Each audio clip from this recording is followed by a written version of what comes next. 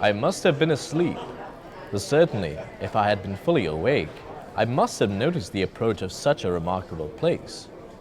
In the gloom, the courtyard looked of considerable size, and as several dark ways led from it under great round arches, it perhaps seemed bigger than it really is. I have not yet been able to see it by daylight. Good evening, my friends. I'm Tom, the host of this program. You've just caught me reading a short extract from Bram Stoker's Dracula, the beginning of Chapter 2, when Jonathan Harker pulls up to the castle for the very first time. After a long and tumultuous journey through the Transylvanian wilderness, Harker finally arrives and is greeted by the gracious but mysterious old Count. We all know what happens next. Even if you don't know the story, you do know the character.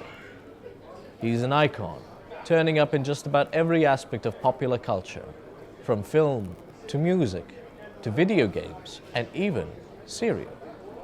Of course, the Count wouldn't be the same without his spooky old castle, the location where many horrifying sights are witnessed by Harker. Over the years, fans of the novel have tried to seek out the real Castle Dracula, bringing them to Slains in Aberdeen.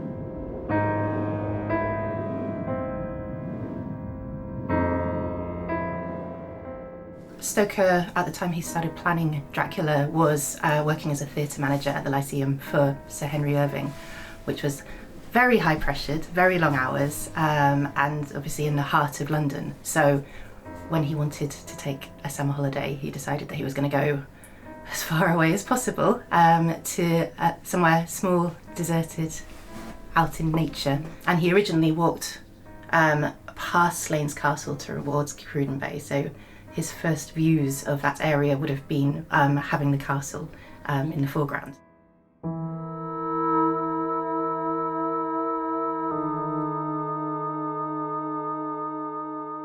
He insisted on carrying my traps along the passage, and then up a great winding stair, and along another great passage on whose stone floor our steps rang heavily.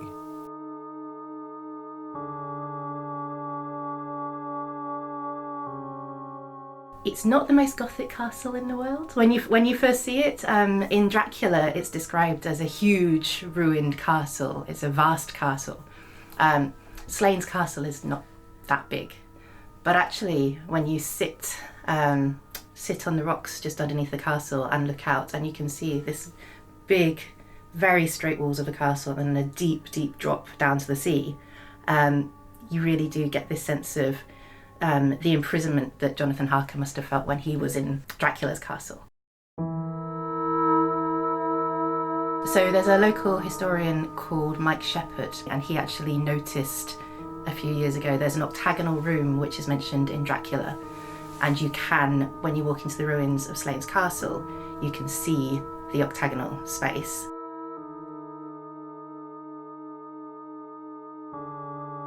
The Count halted, putting down my bags, closed the door, and crossing the room, opened another door, which led into a small octagonal room lit by a single lamp, and seemingly without a window of any sort.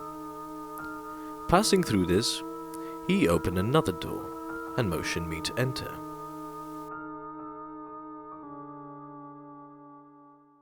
Let me advise you, my dear young friend, nay, let me warn you with all seriousness, that should you leave these rooms, you will not by any chance go to sleep in any other part of the castle. It is old, and has many memories, and there are bad dreams for those who sleep unwisely.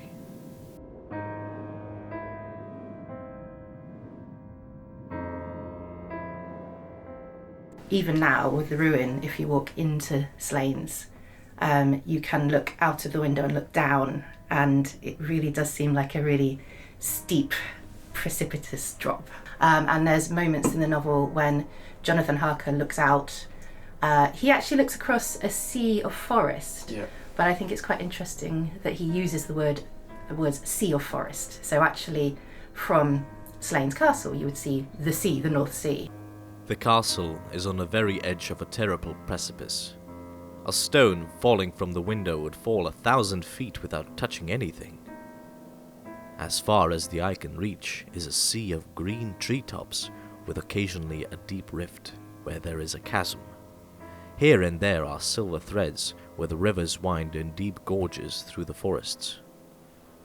But I am not in heart to describe beauty, for when I had seen the view I explored further. Doors, doors, doors everywhere, and all locked and bolted. In no place save from the windows in the castle walls is there an available exit.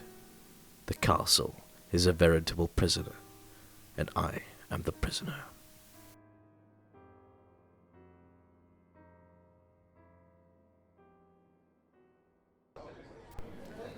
I hope you've enjoyed tonight's history lesson. And if you ever have time, take a little trip to visit Castle Slains yourself. Unfortunately, we'll have to part ways now.